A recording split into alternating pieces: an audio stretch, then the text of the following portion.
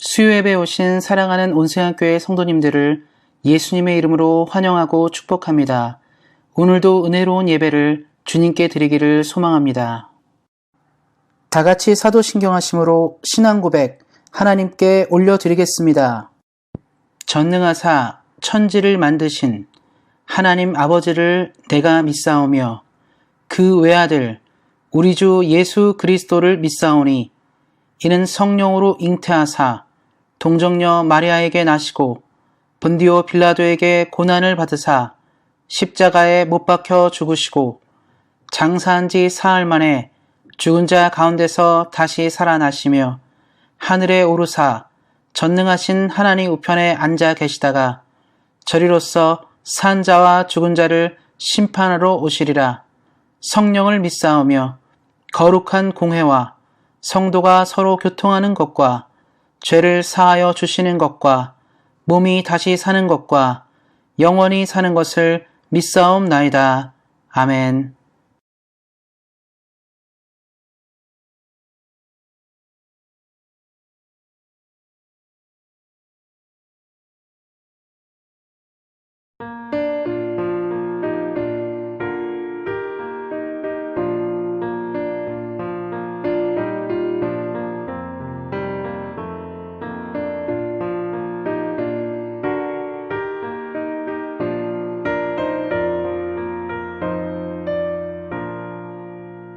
샘물과 같은 보혈은 주님의 피로다.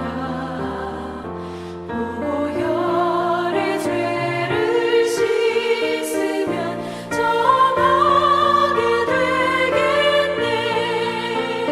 정하게 되겠네. 정하게 되겠네.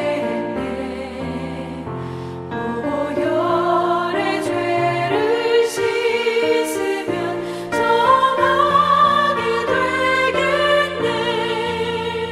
저도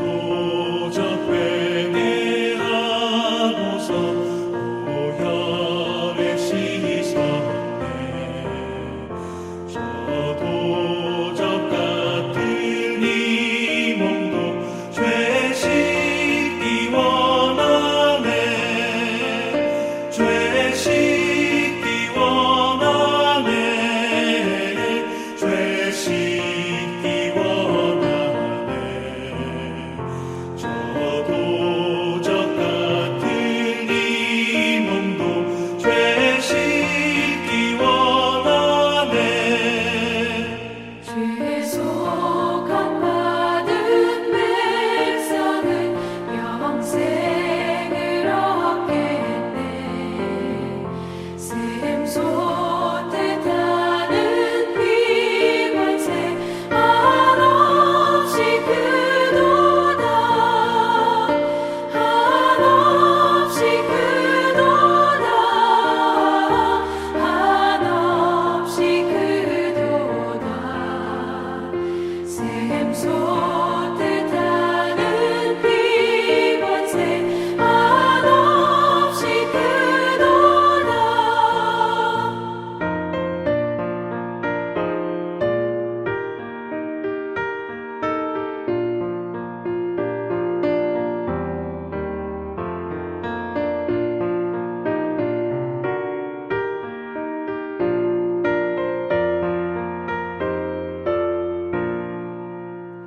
날 좋게 하신 피 보니 그 사랑 하나없네.